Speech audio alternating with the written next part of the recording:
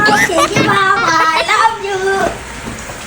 Thank you, Papa, dyan sa sapatos mo. The best ka talaga. Thank you. Thank you, Papa. Love you. Hello mga mamis, nung nakaraan pa nga talaga ako pinatatanong ni Papa kung saan ba pwede bumili ng sapatos na pang badminton ni Kyle. Dito ko nga tinuro sa coach ni Kyle. Paano ba naman kasi dito na talaga namin binibilhan si Kyle ng mga gamit simula nga nung nag-badminton siya. Hintay nga talaga namin yung mga bagong dating nila. O diba, free delivery pa talaga dito sa bahay, Diyos ko po.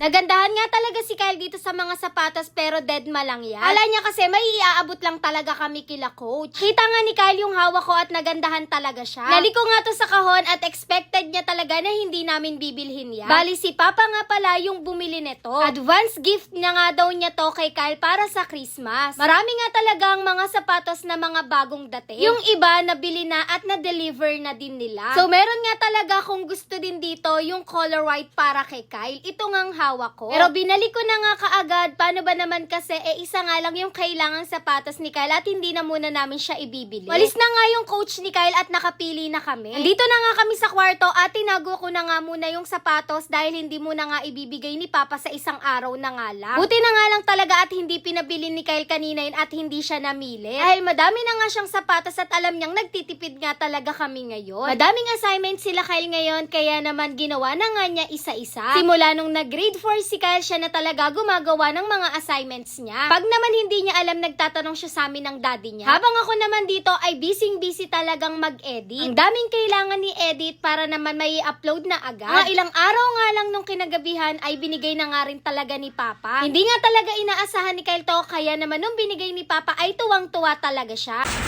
Ay! Wow! Thank you, Papa. I love you. Thank you, Papa, dyan sa sapatos mo. The best ka talaga.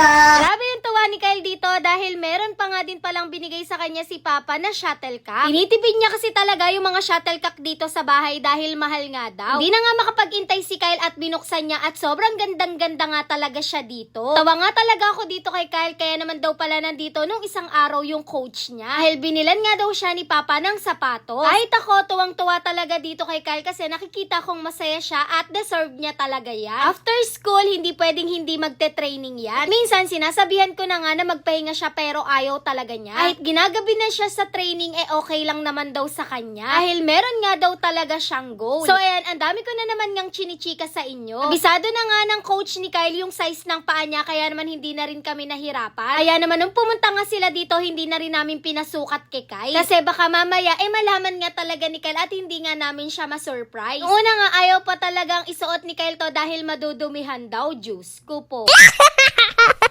Si Kyle talaga yung may ayaw na mag-iba ng brand ng sapatos. Victor talaga simula noon ang ginagamit niya. Simula nga nung nagbabadminton si Kyle, hindi pwedeng hindi uuwian ng walang pasa. Ganun daw talaga kapag masipag lalo na daw sa training, Diyos ko po. Tapos, kumain na nga din pala kami dito ng sunflower. Nakita talaga ni Kyle na nahihirapan ako magbalat kaya naman sabi niya nga siya na lang daw. Sipag kasi talaga yan pag pinagbabalat ako ng sunflower. Yun lang. Thanks for watching. Bye-bye.